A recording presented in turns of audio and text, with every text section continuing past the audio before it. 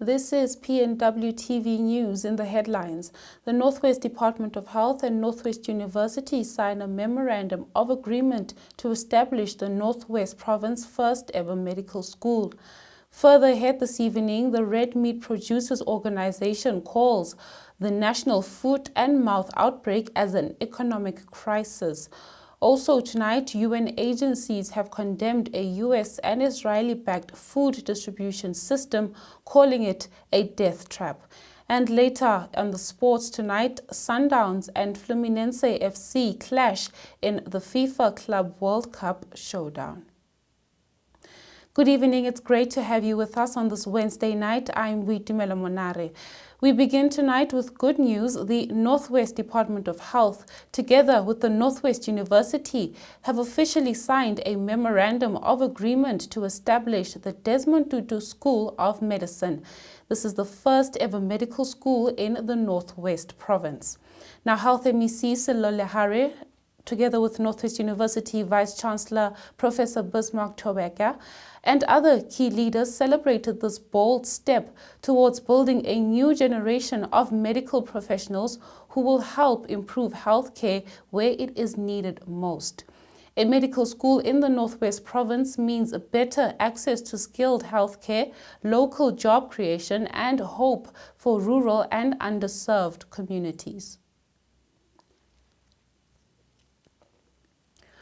More out of the province here tonight. 67 boys have been successfully rescued from illegal initiation schools across the Northwest Province, with 14 of the institutions being shut down. The Provincial Initiation Coordinating Committee carried out extensive monitoring operations in the Bojanala Platinum, Dr. Kenneth Kaunda, and Ngakamudiri Molema districts.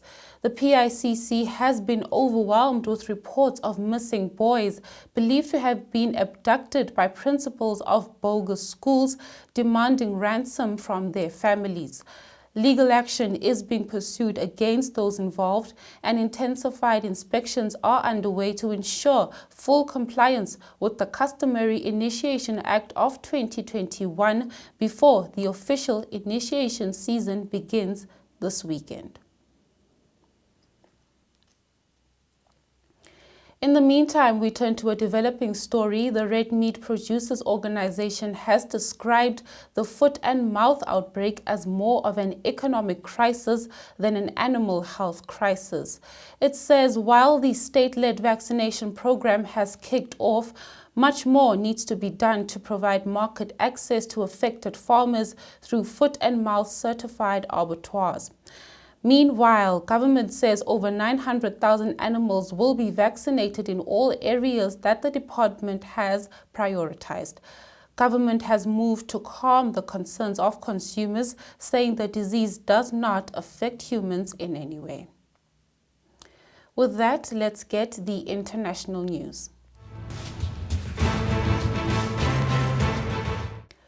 At least 46 people waiting for aid have been killed by Israeli fire in 2 incidents in central and southern Gaza, according to rescuers and hospitals. UN agencies have condemned the US and Israeli-backed food distribution system, with some officials calling it a death trap. The UN has said that more than 410 Palestinians are reported to have been killed by Israeli gunfire or shelling since the Gaza Humanitarian Foundation began work in late May. According to Israel Defense Forces, a gathering had been identified in an area adjacent to IDF troops operating in the Netzarim corridor. But witnesses say that thousands had crowded near a site run by the foundation in an Israeli military zone when soldiers opened fire. And now stay with us as we head into the business news.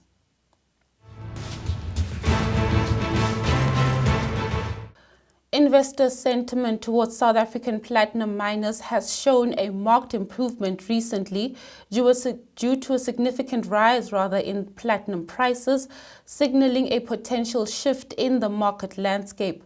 after enduring a protracted period of depressed investor interest driven by low prices and concerns about the market stability, largely influenced by the increase in popularity of electric vehicles. Platinum group metals are experiencing a notable resurgence.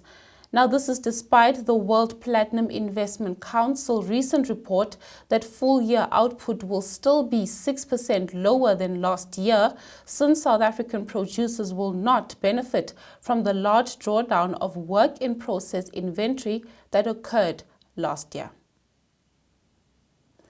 And with that, we'll now wrap up with the sports news. Mamelodi Sundowns are set to face Brazilian powerhouse Fluminense tonight in a crucial FIFA Club World Cup Group F encounter at Hard Rock Stadium in Miami Gardens, Florida. The highly anticipated match kicks off at 9 p.m. South African time and is a must-win for the South African champions as they look to advance from the challenging group that also includes Borussia Dortmund and Ulsan HD. Fluminense, currently leading the group with 4 points, could secure their spot in the knockout stages with a draw.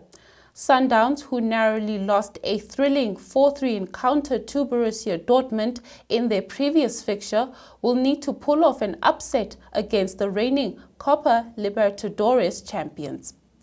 The Brazilians showcased their attacking prowess with a 4-2 victory over Ulsan HD, bouncing back from a goalless draw against Dortmund. Now, with both sides known for their offensive capabilities, fans can expect a high-stakes battle as Sundowns aim to make history for African football in this prestigious global tournament. Now, from the world of cricket, the Proteas have arrived in Bulawayo, Zimbabwe, ahead of their 2-match test series against the Chevrons, marking the first test encounter between the two nations since 2017.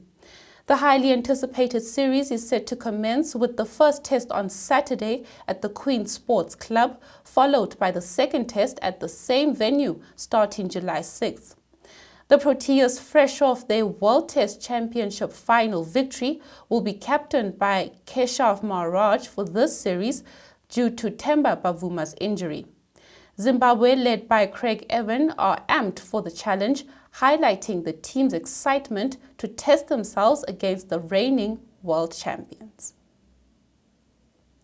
Well, that's it from us tonight. Until next time, good night.